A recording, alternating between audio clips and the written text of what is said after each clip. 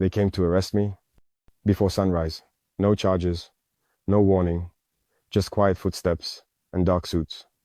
They thought it would be simple, that I'd be gone before the city even woke up. But this land is not ruled by fear, and I'm not the kind of man you take in the dark.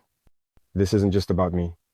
It's about how far they're willing to go to silence a voice, and how far people will rise to protect it.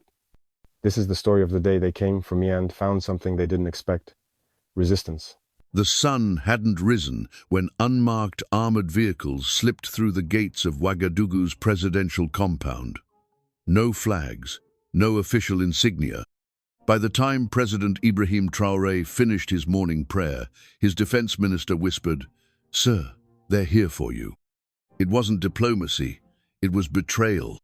3 black SUVs had passed through the city's southern checkpoint earlier. 2 had diplomatic plates. The third was silent, unmarked. Inside it, a man known only as Colonel Eden reviewed a red-sealed dossier. Operation Silence. The mission?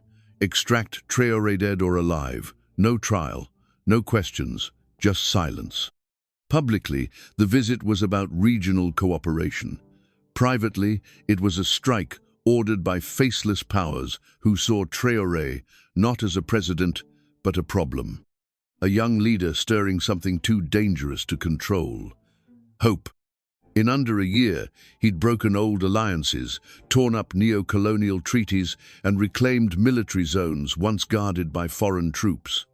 His speeches were short, direct, broadcast from wooden podiums. But they caught fire from Mali to Guinea. Students began quoting him. Soldiers whispered about a new alliance. African, proud, sovereign. In a shadowy boardroom somewhere, someone finally said it. If we wait, he becomes a symbol. If we act now, it's prevention. The mission launched. No official name behind it. Just hands trembling with fear of losing control. Kosam Palace was pristine that morning. Cameras ready, flags positioned. Traoré was expected at a joint press event. But before he took the podium, a suited man leaned in. His Excellency is requested in the West Wing.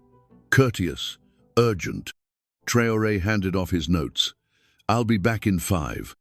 Down the corridor, things felt off. 3 men loitered near side exits. One wore a comms earpiece standard for ops, not press. Outside, the usual motorcade had been swapped for armored SUVs. A drone buzzed above, not watching the skies, but the courtyard. Inside the West Wing, 4 men in suits, no interpreters, no cameras, a steel briefcase. One agent adjusted his belt.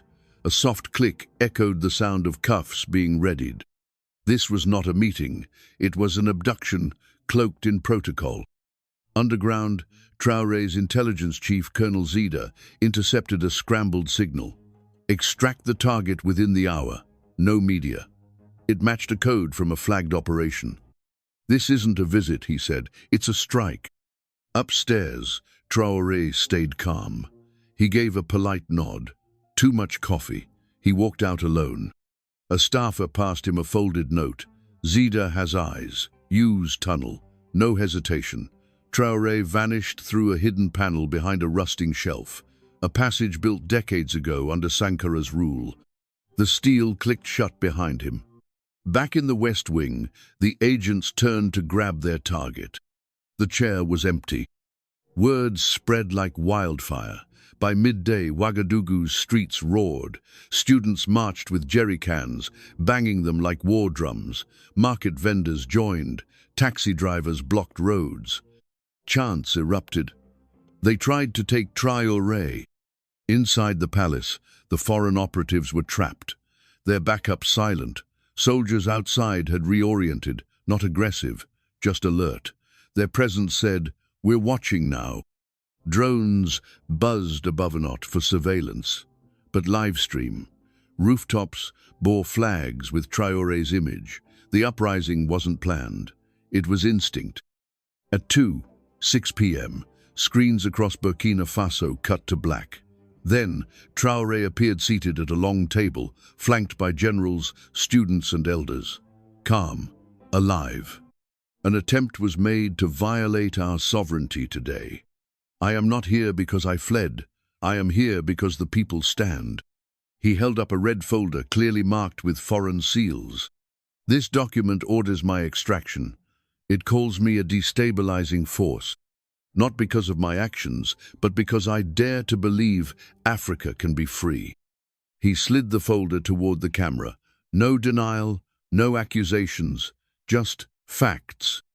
A student beside him added, "We're not destabilizing, we're reclaiming." Traoré looked directly into the lens. If they can come for one of us, they can come for any of us, but not if we rise first. He smiled, not in triumph, but defiance. By evening, the world was watching. Al Jazeera looped the video. BBC analysts broke down the documents. CNN compared timestamps of officials entering the palace and never leaving. Online, Operation Silence trended across Africa. In hushed government buildings, leaders cancelled appearances. In student halls, candles burned. Protesters painted walls. Why do they fear his words more than his weapons? Then came the leak. An anonymous whistleblower dropped evidence. The mission was authorized by a shadow council. No nation took credit. No president had signed. Rogue elements had tried to kidnap a head of state. Backlash was swift. Embassies pulled staff. Regional leaders condemned the act.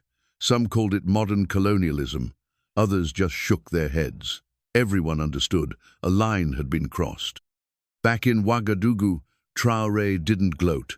He walked the palace gardens, met with youth groups, talked quietly with military commanders.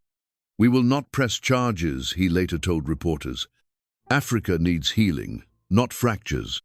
That night, a quiet dinner was held. Local dishes, calm music, no drama. Behind closed doors, a more serious conversation began.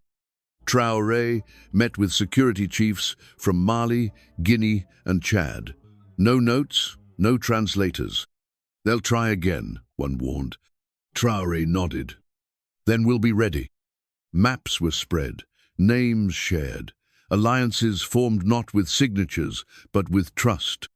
A day later, the embassy gates opened. No flags, no speeches. A foreign envoy stepped out, pale, rigid. She read a brief apology, authored not by her government, but by Traoré's legal team. "We offer our sincere and unreserved apology." Then, in front of the cameras, she bowed, long, low. Power shifted in that moment, not with bullets, but with dignity. Traoré never reappeared. He didn't need to. He had already won without lifting a hand. Later that week, he stood in the Garden of Union. Trees from every African nation surrounded him.